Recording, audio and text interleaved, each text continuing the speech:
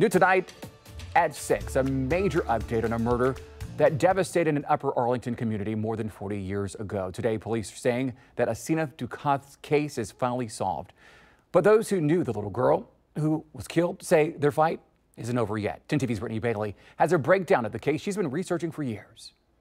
More than 40 years ago, this Upper Arlington community was rocked when a little girl known as Sini never made it home from school. Her murder sent shockwaves through the community that reverberated for decades to come. I think that long walk home is very indicative of what you find in the Upper Arlington community. This is a very tight-knit community. Lots of people were touched by this murder. Lots of people have been affected over the years because of it, and that's what we see in Upper Arlington. Anytime there's something good or something tragic like this community bands together. That's what's part of what makes this community a great community. The Long Walk Home is a website dedicated to Asenath Dukat, run by several of her former classmates. They have detailed her case and the suspects for years. Asenath was known as Sini, and she was killed on her way home from school back in 1980. More than 4 decades later, Upper Arlington police now say her case is solved because of new DNA technology. And they are naming her killer as 24-year-old Brent Strutner, who died by suicide back in 1984.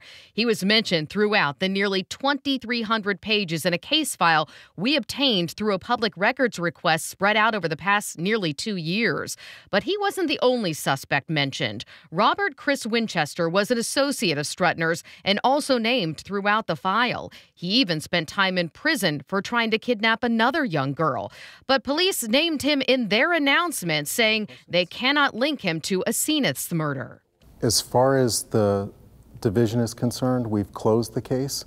So if something were to come up or if there were new information, obviously we would reopen the case, but we're confident that the case is closed as far as we're concerned.